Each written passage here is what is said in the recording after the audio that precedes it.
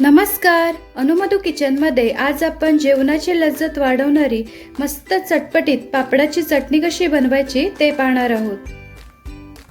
पापडाची चटणी बनवण्यासाठी इथे मी 3 ते 4 उडदाचे पापड घेतले आहेत। एक मोठा उभा चिरलेला कांदा, 3 ते 4 हिरव्या मिरच्या तुम्ही आवडीप्रमाणे कमी अधिक करू शकता।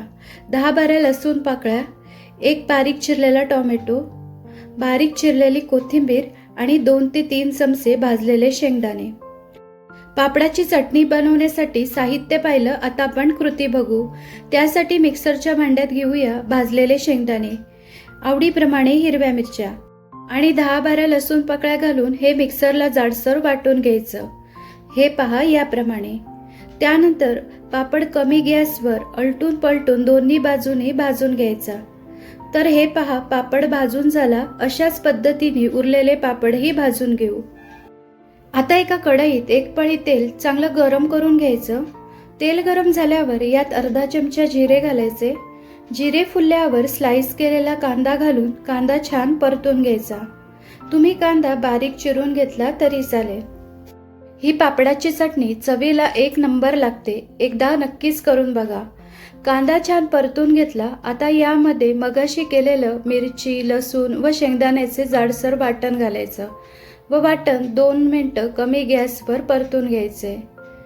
वाटण परतून झाल्यावर यात बारीक चिरलेला टोमॅटो घालायचा। त्यानंतर चवीप्रमाणे मीठ घालायचं। मीठ थोडंसं कमीच टाकायचं, कारण पापडामध्येही मीठ असतं। टोमॅटो घालून झाल्यावर 2 मिनिटं हे परतून घेतलं। आता यात बारीक चिरलेली कोथिंबीर घालायची आणि आपण जे पापड भाजून घेतले आहेत ना, त्याचा चुरा करून यात घालायचा। तर पहा इथे मी पापडाचा चुरा करून घेतला। आता गॅस कमी ठेवायचा व हे कमी गॅसवर परतून घ्यायचे। तुम्ही पापडाचा बारीक चुरा केला तरी चालेल। तर हे पापड तुम्ही म्हणाल कुरकुरीत राहिले पाहिजे, पण पापड कुरकुरीत राहत नाही, सॉफ्ट होतात। पण ही पापडाची चटणी खायला एकदम भन्नाट लागते, एकदा करून बघा। आता हे मीडियम गॅसवर 2 मिनिटं परतून घ्यायचं।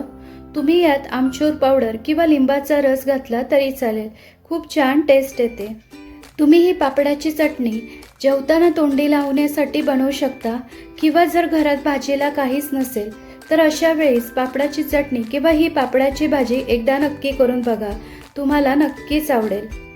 आजची रेसिपी आवडली तर व्हिडिओला लाईक आणि शेअर करा आणि चॅनलला सबस्क्राईब करायला विसरू नका। पुन्हा भेटूया अशाच एका छानशा रेसिपी सोबत।